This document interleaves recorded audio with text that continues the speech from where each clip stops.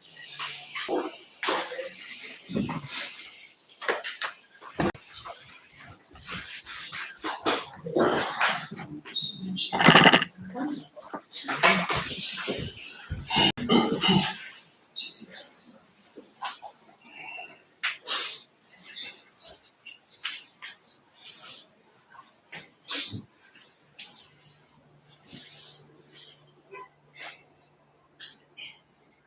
can all join palms and repeat after me. I take refuge in the Buddha. I take refuge in the Dharma. I take refuge in the Sangha. Keeping the palms joined.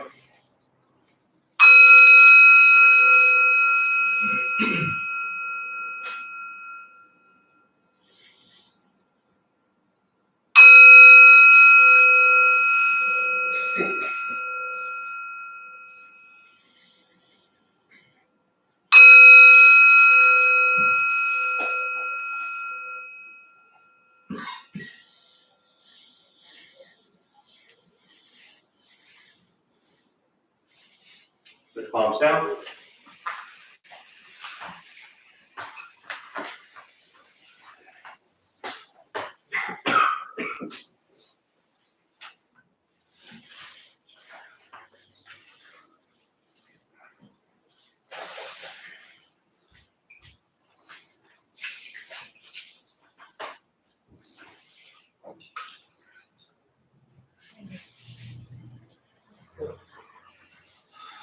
All right, good morning, everybody. Good morning. Nice to see you all. Thank you for showing up on this beautiful Saturday morning. Why even learn or practice staying in the present moment?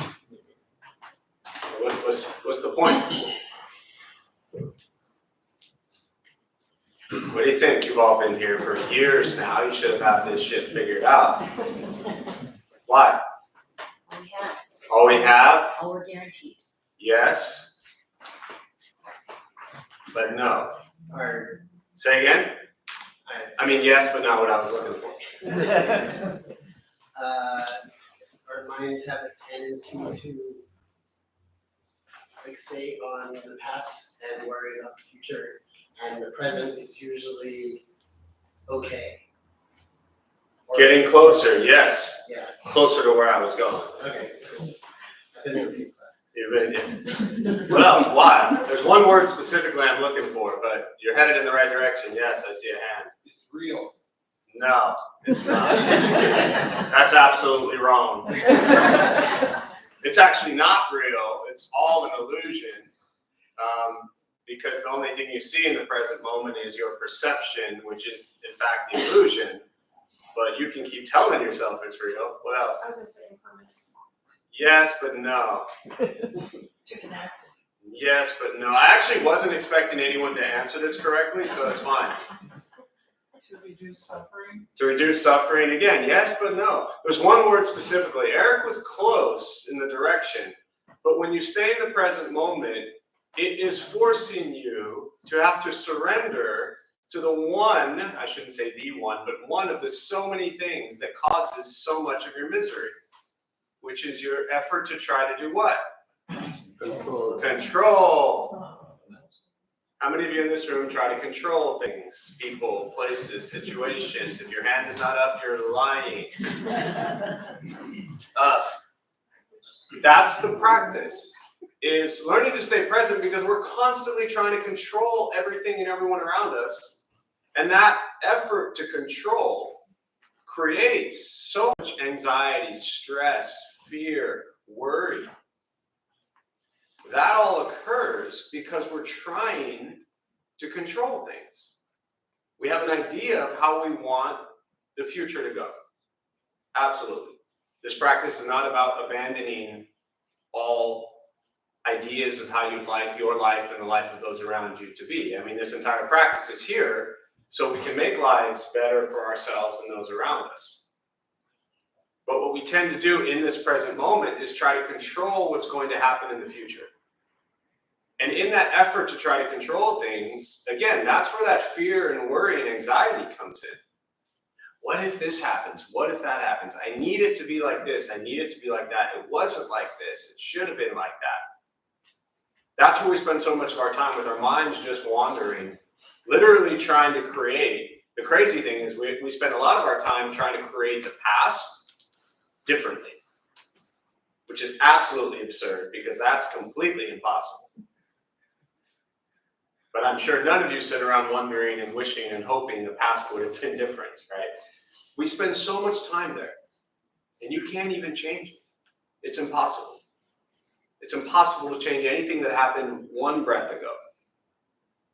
And then once we filter through that, for years and years and years of wishing the past had gone differently, then we start thinking about, what do I want the future to be like? And we try to craft that perfect image. And because we have this perfect story of how we want life to go, when it doesn't work out that way, it really messes with us. And very often life actually works out, when it doesn't go our way, it often works out even better sometimes. So it is the ability to practice letting go of how you want everything to turn out in the future. And all the things you said are not wrong in what anybody said. You know, those who know me, I'm just teasing you. Everything you said was correct in, well, other than the real part, but everything else was correct. Right? In a practice. But specifically what I wanted to address was this idea of us trying to control the way things work. And really the only way we have any ability to determine what happens in the future is by what anyways? No, the only way we determine what happens in the future is not by letting go, but by what? Not the past, the present. So if we focus on thinking good thoughts, speaking good words, doing good deeds, being kind, being gentle in each moment, right now, that will create our future. And then we learn to just embrace and appreciate that. So, yeah, so with that we'll sit, now that I've clarified all of that for everybody. We'll start with the meditation practice. A couple things to tell you before we begin, especially for those who are new, and to those who are joining virtually, welcome, glad you're here. Feel free as you are to say hello in the chat box there. Before we begin, a couple things to tell you. Nothing's going to happen to you. Right? You're not going to float away. You're not going to have any mystical, magical experiences. The mind that races all day long is not going to shut off. Don't judge your practice. I mean, don't ask yourself, is this working or not working? Are you doing it right or wrong? We're just going to sit. We're going to breathe. You'll hear sounds inside, sounds outside. This is life. Life is filled with chaos, and this practice is learning to get quiet and still within all of the chaos. Posture, you just want to be comfortable. If you're on a cushion, often it helps sliding to the front third, pushing the stomach forward, allows the back to straighten, shoulders are relaxed. If you're on the bench or chair, however you're seated, just trying to sit up straight. Again, relaxing the shoulders. If you need to move, simply move. Doesn't make you a bad meditator, just means you need to move. I'll guide us as we begin, and we'll settle into a little bit of silence. Most important, do not expect anything. We're just going to sit and breathe.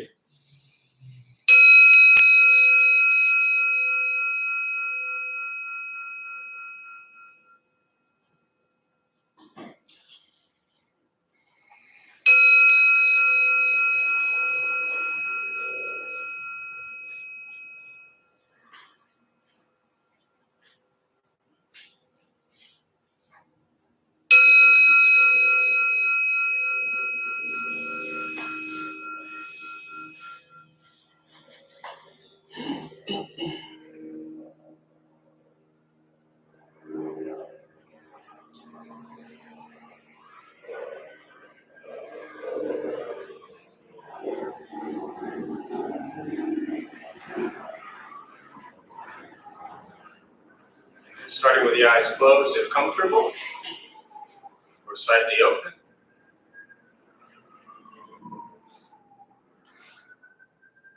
Mouth is open or closed.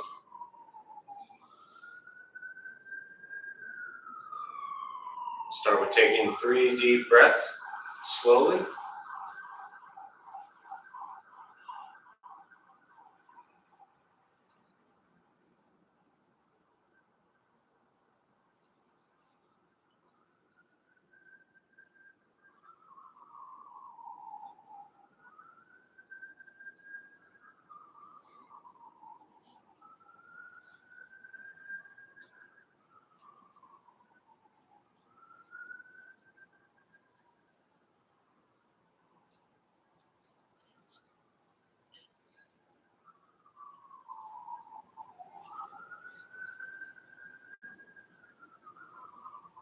And eventually, settle into a natural rhythm of the breath.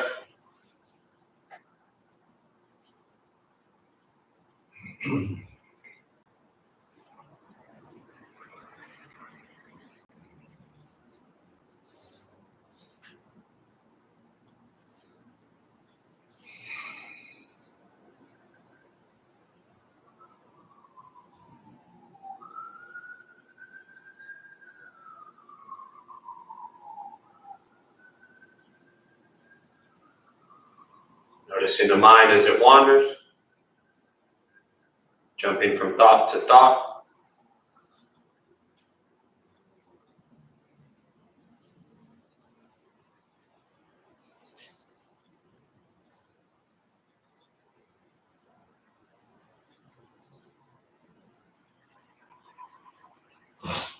Start with gently guiding the attention, focus to the stomach or chest.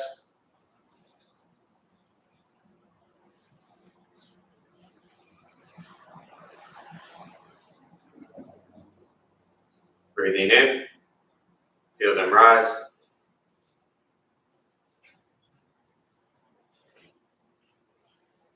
Breathing out, they fall.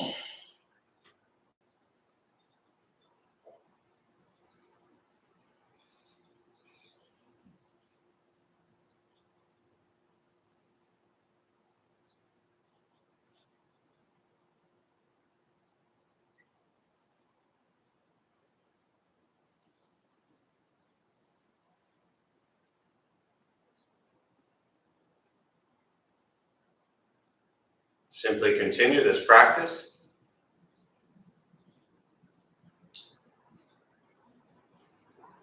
Observing sensation of breath.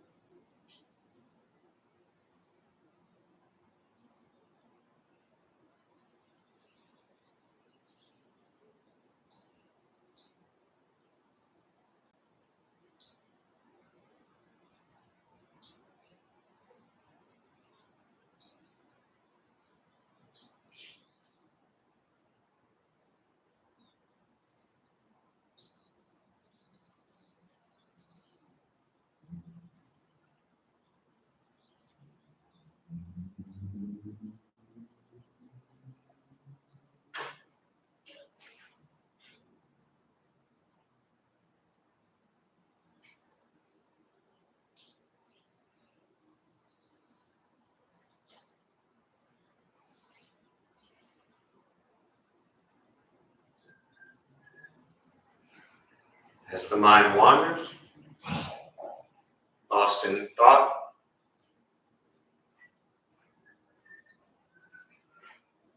recognize it.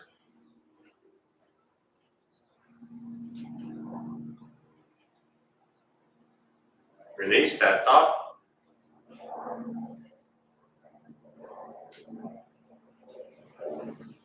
Return attention, focus to the breath.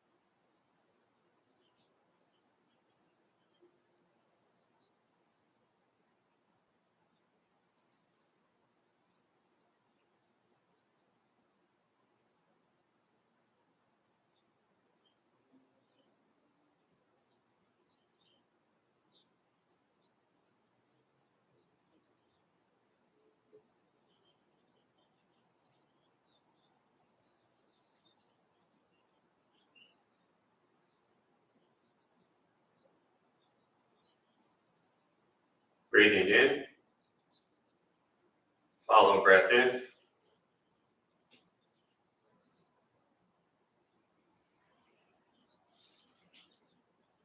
Breathing out,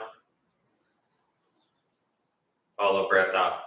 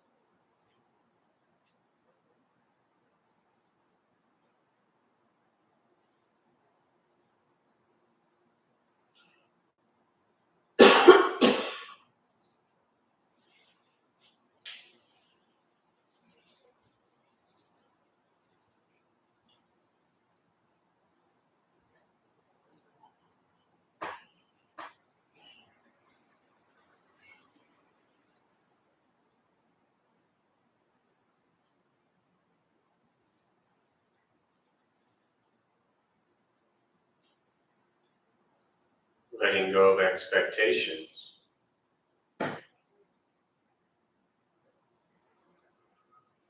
Letting go of judgments from the practice.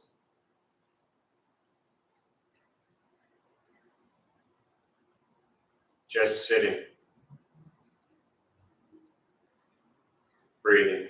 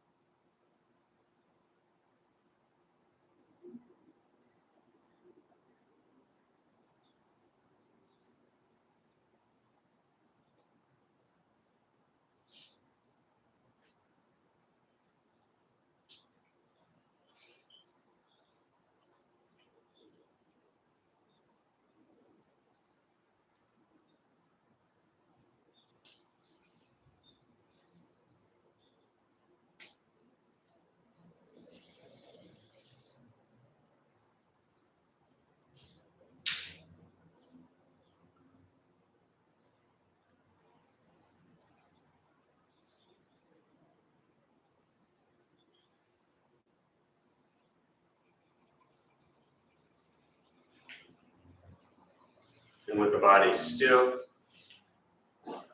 rested,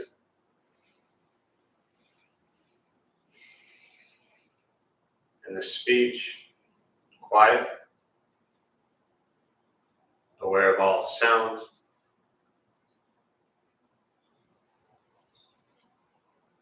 and the mind learning to settle.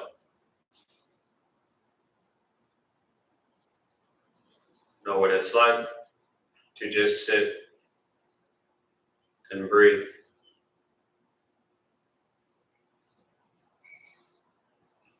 Knowing with each breath, there's nothing else to do.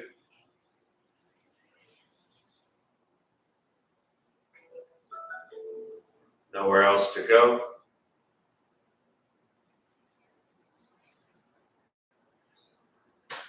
And no one else to be.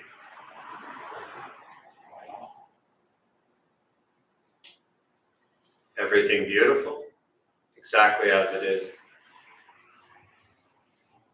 Sitting, breathing.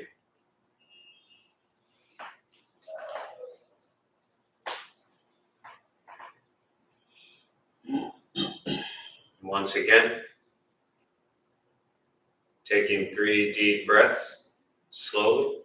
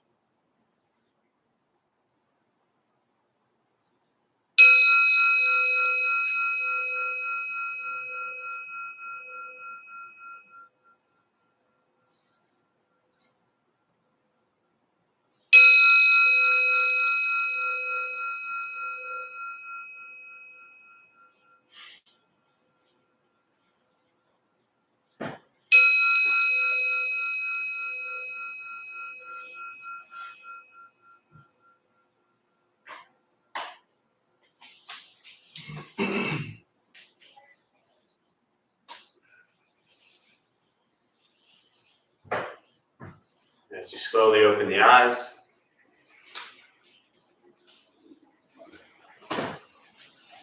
slowly beginning to move.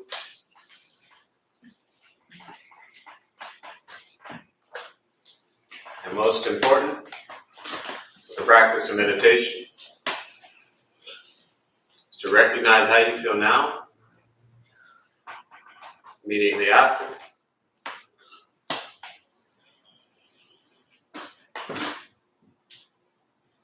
Compare this to how you typically feel throughout your day.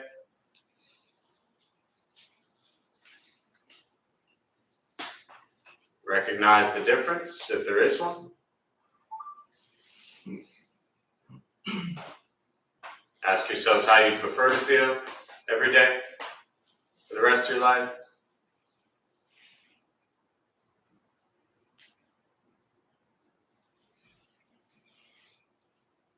Realize however you feel now, if it's quiet, calm and still, or a busy mind, racing mind, whatever you're sitting with at this moment, it's nothing to do with anything I said. It's nothing to do with how we sit, hold the hands across the legs. It's nothing to do with the sounds around us or anything else for that matter. It's everything to do with your own mind, your own mind's reaction to an external condition. This is what the Buddha called pratitya samutpata, means dependent origination. This is the basis of the Buddha's awakening. The word Buddha simply means awakened. He was a human being, no different than any one of us, but began to understand why he suffered, why he got angry, sad, depressed, stressed, anxious. You began to understand the causal relationship of all phenomena. What that means, very simply, for all of us, regardless of where you come from or what you believe in or where you think you're going, your whole life is filled with things that happen. You react. More stuff happens, more reactions. That's it. That's what we get. This practice is simply learning what it's like to respond to something quietly, peacefully, still. Because for most of us, the way you responded to the last 20 minutes is quite different from how you respond to everything else that's happening throughout your day. So all we're working on is closing the gap where the way you feel now is closer to how you feel always. Just as driven, motivated, productive, successful, whatever that means to you in your respective lives. With a mind that's steady, clear, focused, distracted by nothing, disturbed by no one. This practice is not easy. It's not always fun. It's not an escape, as often people think it is. If your life is a crazy, hectic, stressed out mess, meditation isn't going to fix that. It helps you become aware of why your life is a mess, so you can then begin to change things in your life. Meditation is free. Buddhist practice is free. Sitting, breathing, becoming aware of what you think, what you say, and what you do. That's it. Once we stop trying to change, fix, control, manipulate everything around us, as I was alluding to earlier, and we work on changing our mind and our reaction to the world around us, life gets simpler. But that does require us setting down a lot of the expectations and ideas and judgments and critiques that we've carried in ourselves for so long.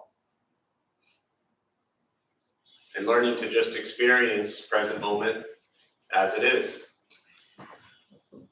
For all the reasons you shared earlier.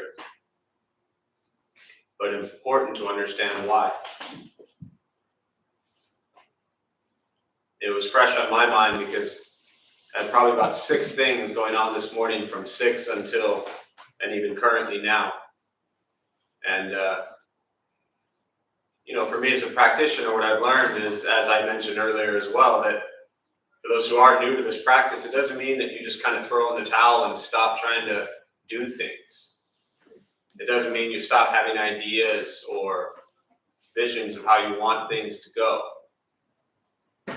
This practice isn't about that.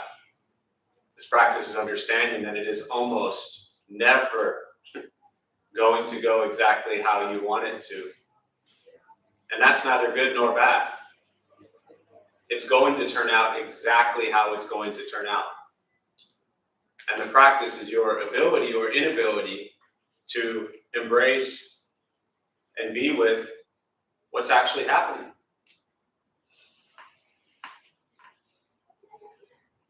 And so this morning, in a very large way, for a 6-hour period of time, that was my practice. Everything gets done, everything got done, everything will be how it is, no matter what timeline I gave it, what schedule I gave it, what structure I had in mind. All of that was gone. And the practice was to just be present with what's actually happening. And it's really nice. Because you're not angry, you're not frustrated, you're not stressed, you're not annoyed, you're not pissed off. You're just actually with what's happening. And the reason, again, for those who are new, I joke, jokingly but seriously, about even what's actually happening, to Steve's comment being an illusion, is that what's happening is what's happening. Then there's our perception of it. And our perception of it gives it all kinds of meaning: good, bad, right, wrong, likes, dislikes. And so this practice is separating what's actually happening from our perception of what's actually happening. Because our perception of it is not it. Again, I'm always happy to clarify that for you. Learning to be with life as it arises is incredibly difficult. But for me, it's the daily practice. And the more we try to force things to be a certain way, and the more we want things to be in our mind so perfect, the more frustrated you're going to get, the more upset you're going to get, the more bothered you're going to get, the more annoyed you're going to get. People will not function and do what and how you want. In case you haven't figured that out by now. Just like we don't typically do what others want. But for some reason, we think others are going to do everything the way we want it to, and when we want it done, and how we want it done. It just doesn't happen. So ultimately, what it comes down to is just finding gratitude and appreciation for the fact that we're alive, and we get to experience life as it happens. And what an incredible gift that is. And frustration and anger and disappointment just go away. And you just find gratitude for, here I am.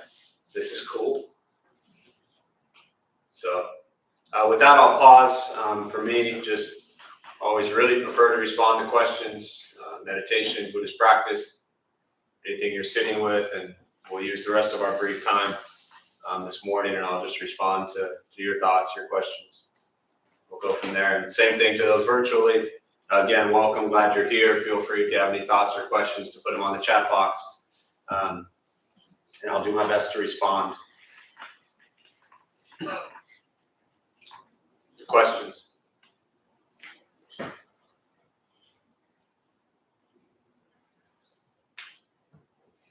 Hey, Jeff, so talking about control, I guess in my mind there's a fine line, not a fine line, there's the difference in control and preparation. Yeah. So I had a situation at work where there's an unhappy client. I saw all their comments. My boss's boss's boss set up a meeting for Monday.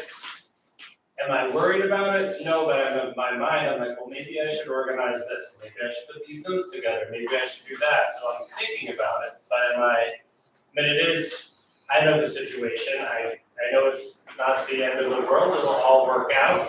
But my worry, or I don't know if it's worry or preparation, I keep thinking about how much should I prepare? You know, am I controlling that situation for that meeting on Monday? Mm-hmm. I mean, it's gotta be whatever it is, but I still need to, Sure. I don't know if I need to take action, but I could take some actions that may help make that go a little better. So, Yeah. Absolutely. Nothing wrong, and I didn't use that word specifically, I don't think, but there's nothing wrong with preparing. No, you didn't, that's my. Yeah, but I'm saying in essence, everything I was describing before, for me, meant being prepared for situations. When I said, this practice isn't about just not doing things, what I'm alluding to is you are preparing for things to occur. Sounds like there's a lot of bosses involved and you should probably be prepared. The question is, in reality, in actual life, right? Practical reality is, as you've heard me joke in different ways before, but for anyone who might be new to this, it's not about showing up at work with all of these bosses and saying, sorry, I practice Buddhism, so I don't really care what happens. That's the quickest way to get fired. So you're prepared, but the real practice, in what I heard you say, isn't even about, it's a lot of what you said, but ultimately it's about not attaching to the outcome. You go in prepared with whatever you need to prepare, but that's all we can do. So the practice of life is preparing for what we need to do. But can we not attach to how it ends up? We all did a lot of preparation just to get here today, right? I mean, you and I, we had to comb our hair. Right? We had to do all these important things just to be here right now. We prepared a lot. But all along that way, a million things could have happened that could have altered this moment even occurring where we're speaking. So the practice of being present does include preparing in each moment for what's coming next and surrendering this idea of attached to the outcome. Yeah. What else? Yeah. I really struggle with not letting my circumstances affect how I feel, especially people that close in my life, like family, when I'm getting judgments and insults passing at me, having a really difficult time not letting it affect my emotions, not to get upset. So I'm kind of wondering how to Sure. approach. So fresh off of Thanksgiving, the question was, for those who didn't hear it, you're really struggling in essence, to paraphrase for anyone who didn't hear it virtually, the judgments that you feel others are having towards you and the critiques others are making towards you, and it's emotionally really impacting you. Yeah. So a couple things here. Understanding, when I look at the cause of Buddhist teachings around the reason we suffer: greed, anger, and ignorance. You ever judged people? Were your judgments accurate? And I don't know. That you don't know. But we have them anyways. It's the same thing. Of course people are going to judge you. All day long. Every moment. That's reality. People will spend their entire lives judging you. Everybody in this room, every Saturday and every Tuesday, sits here and judges me for an hour. Do I like what he's saying? Do I not like what he's saying? Do I agree with him? Do I disagree with him? You ask a question. Everybody has judgments in this room about your question. Your entire life, people are going to judge you. But their judgments are not who you are. That's their mess. All they're doing, just like when we judge other people, is taking our box, our label, of what we think is right. And when we see others do things that we think is wrong, we place them in a little box and say they are outside of what we think is correct. And then we give them a bunch of names, and then we turn around and we tell people what our little names are for those people. And we spend hours. This is called gossip and slander. This is what the Buddha taught very clearly we shouldn't do. We've spent half our lives gossiping and slandering and talking nonsense about other people. And it's meaningless. Because it says nothing about them. All it really does is speak volumes about our shallow nature. Who are we to judge anybody? And we're not even right. That's just our perception of them. Now, the reason I say this is because if you can begin to understand truly what's going on when you are judging somebody else, then you can understand that other people's judgments of you has nothing to do with you. It has to do with them and their nonsense. Just like our judgments of others has to do with us and our nonsense. Therefore, people can and will love you dearly and think you're the greatest person in the world. Do you ever worry about all those people? No. You think there's at least a couple people out there who actually like you and think you're a decent human being? Yeah, but you're not here asking me about how that impacts you, are you? You're not asking me about how wonderful it is to have all these people out there who actually care about you and think you're a good person.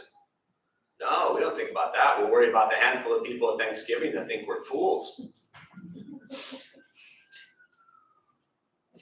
It's all nonsense.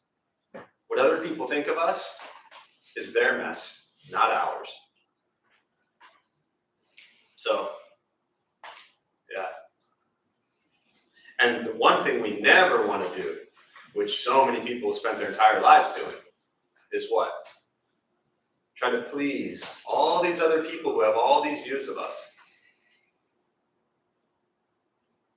waste your time. Just be who you are and how you are. A human being who's done lots of good and lots of bad. And the people who love you, and the people who hate you. Rock on. Thank you. Yeah. Yeah, in the back. But what if it's like this collective feeling, but we can just like see it in context, so. Maybe. I don't want too personal. Oh. Say it without context. I've heard enough of your questions to know the context, so go ahead. But what if it's like a collective feeling, ignorant and like you feel like everyone around you thinks you're an idiot or. Maybe they do. Maybe everyone. Oh, go ahead. Sorry. Or like you don't know, or you're just feeling like, okay, so how can you go without saying it personal context? I don't even need to hear it. Everyone at work could think you're an idiot. Yeah, and then you're sitting there and I know it's me and I know it's my, so I'm sitting there and I'm trying to practice compassion and I'm just trying to breathe through it, but then, you work in an environment where everything's so fast paced, like you really don't have time to like sit and breathe sometimes. And then you just you walk out just feeling like, God, I was such an idiot. Like, and feel like there's a collective. Yeah. So the question is around, you're at work in a fast-paced environment and you feel this collective group of people, to use your words, who think you're an idiot. And then you're in such a rush, you don't even have time. You're trying to practice breathing, trying to practice compassion, but you don't even have time to slow down. But somehow you have time to allow the thoughts that they all think that you're an idiot consume you. You have time for that. That takes a lot of time. Don't make time for any of that. People at work will think you're an idiot. And people at work will think you're wonderful. It's the same. The answer is exactly the same. Whether it's family and friends at a dinner table or whether it's colleagues at work, there are people who are going to think you're great and people who think you're terrible. Their mess, not yours. You've got a job to do. You don't have time because people's lives are at stake. If you're too busy focused on what other people think of you, people could die. Correct? Yes. So do not allow yourself to be, even for one moment, try to not allow yourself for even one moment to be wrapped up in what other people think. Because all we are, as you've heard me say, we're just big kids. We're children who are now older. And instead of like being in a classroom or a playground where kids are like teasing you and making fun of you, and you feel like they all hate you, now you're in a professional environment where lives are at stake. And yet you're still just an 8-year-old kid with other 8-year-old kids who are making fun of you. You got a job to do. Do your job. Right concentration, the Buddhist teaching on the Eightfold Path, to have a concentration and focus that is not disturbed by what the 8-year-old kids think. You've got time for that. Their thoughts are not your thoughts unless you make them your thoughts. Right? Now, one, you're not an idiot. I know that. But what I was going to say is, just to give a stupid example, even if you think you are, then just leave it at that. Don't add, well, I think I'm an idiot and so do they. Like, just keep your own thoughts there. Because you can work with that. You're like, all right, I think I'm an idiot, but I've always thought that, but I still have lives to save. But don't add on their thoughts. You don't need that. And then eventually you'll realize you're not. You're really good at what you do. So, yeah. So the Buddha talks about concentration. Correct. Yeah, the Eightfold Path. Okay. The fourth of the Eightfold Path. First one is life is filled with suffering. Doesn't mean all of life sucks. Just means we're going to suffer a lot. Right? Discomfort, angst, dissatisfaction. We go through tremendous challenges. The second noble truth is the cause of suffering: greed, anger, ignorance. So we practice generosity, compassion, and wisdom to overcome greed, anger, and ignorance. The third noble truth is the ending of suffering, liberation, freedom from suffering, nirvana, just a peaceful day. And the fourth is the Eightfold Path. And that's having the correct views, which would start with recognizing that you're not an idiot, and other people's views of you is not true. It's just their views. So that's where you should start. Because from there, the second noble truth is the thoughts. From the thoughts of your view is you think you're an idiot and so do they. That's your view. So then your thoughts are telling yourself that. And then your speech, that's the third one. Views, thoughts, speech. Then your speech is, I need to go to meditation on Saturday and ask my question about everybody who thinks that way about me. And then all day long, you're telling yourself and everybody else what you and everybody else thinks of you. And then your action is really inhibited. Is that the right word? You know what I'm talking about. It's hindered. It gets messed up because of your thoughts. Livelihood, and this is the Eightfold Path. Your livelihood's great. You're helping people be healthy. Your effort is great. And the last two are mindfulness and concentration. So be mindful of your job and concentrate on the people you're helping, not what everybody else is thinking about you.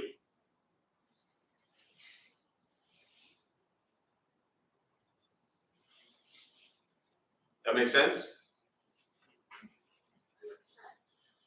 What else?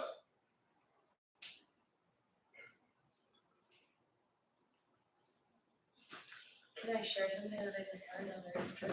Sure. So one of the monks at the monastery where we stayed for a loving kindness technique showed us to say, I love you, I've always loved you, and I will always love you.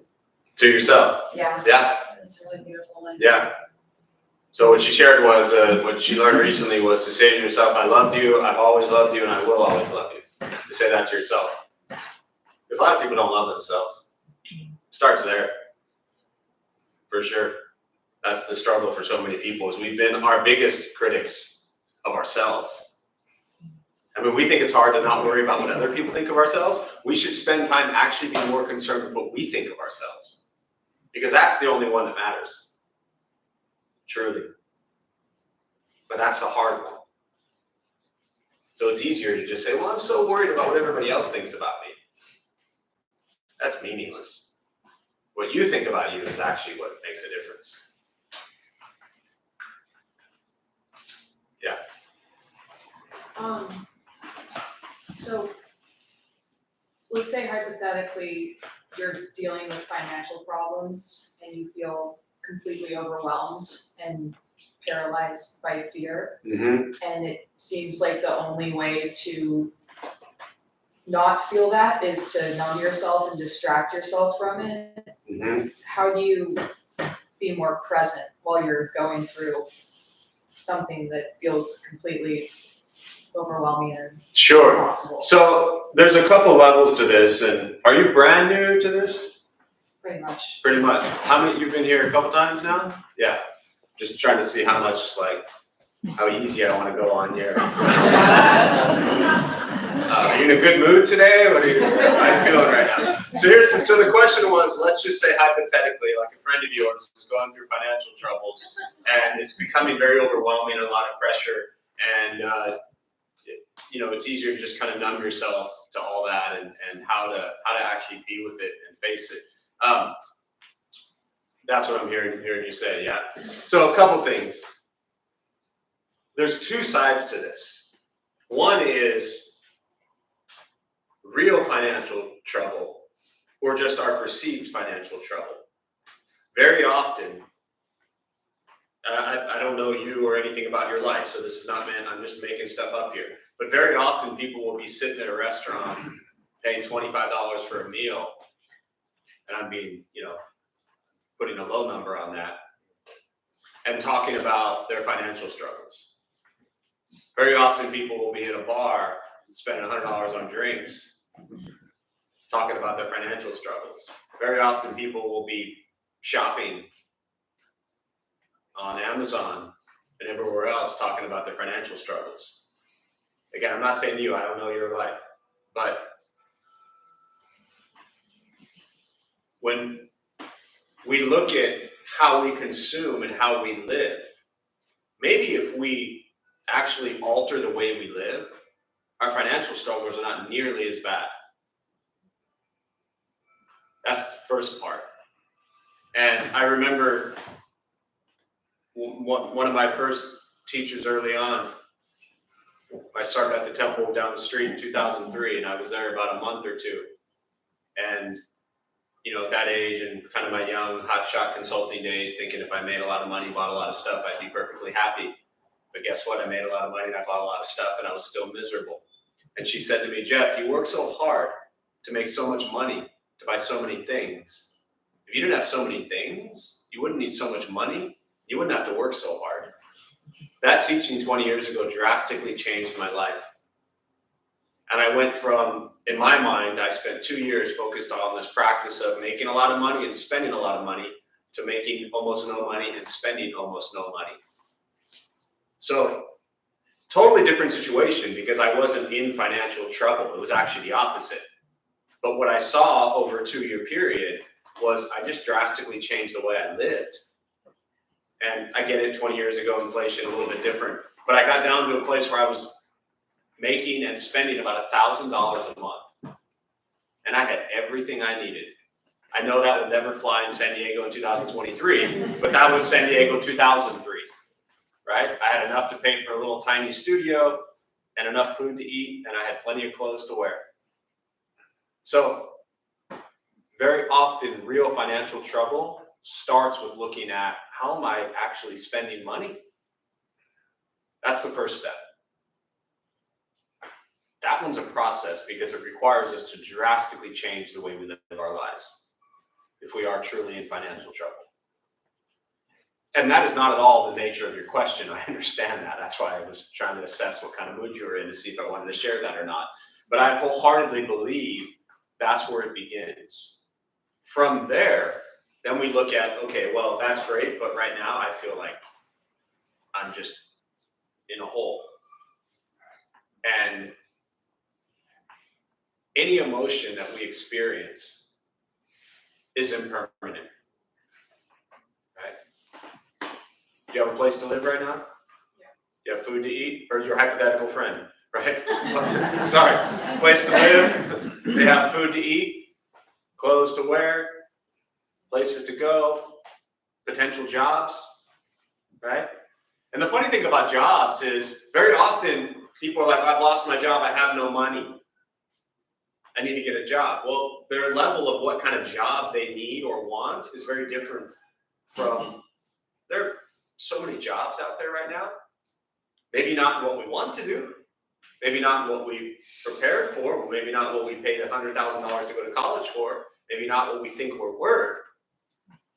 But are there jobs out there on every corner to make money? Absolutely. Is it going to maybe fulfill all of our wildest dreams? Not at the moment. But you're probably okay. Most people are probably okay. But we have this huge fear that all of a sudden we're just going to vanish because we can't support ourselves. Maybe we just have to change how we're supporting ourselves. Learn to be okay with that, and then understand whatever emotion you're feeling, where I was starting with this right now, which is fear, and the overwhelming panic, will go away. The beautiful thing about the Buddhist teachings on impermanence is everything changes. So one moment we might feel tremendous fear and panic and feel like we don't even have $1 to our name. And one moment we'll feel the opposite of that. So hold on to that. That's, to me, to you. What's your name? Sorry. Veronica. Veronica. To me, that's like present moment guidance based on the way I would see Buddhist teachings on impermanence, is know that this situation you're in right now, Veronica, will change. That can help you like right now, 3 days from now, when you're just like ready to jump. Like, and I mean that seriously, I've been around this stuff long enough, right? You're just like, I'm ready to jump, I'm done. Understand this will change. And part of understanding how it can change is the first stuff I was talking about. Just adjusting some things right now. and looking at what's really important and what matters, and understanding that you probably have everything in your life right now to be perfectly happy. The money's just maybe not what you're used to.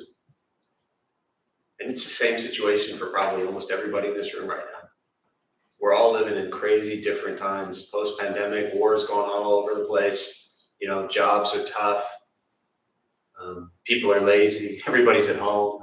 Like, this is a tough time we're in right now. And that'll change. So don't give up hope. Watch a lot of cartoons. You know, do things that make you laugh and smile, and just know that it'll change. All right, so I'm going to close on that. We'll join palms. May the benefit of this practice be shared with all beings in all directions. May all beings be at peace. May all be free from suffering. May any merit gained from this practice be transferred to those who need it most.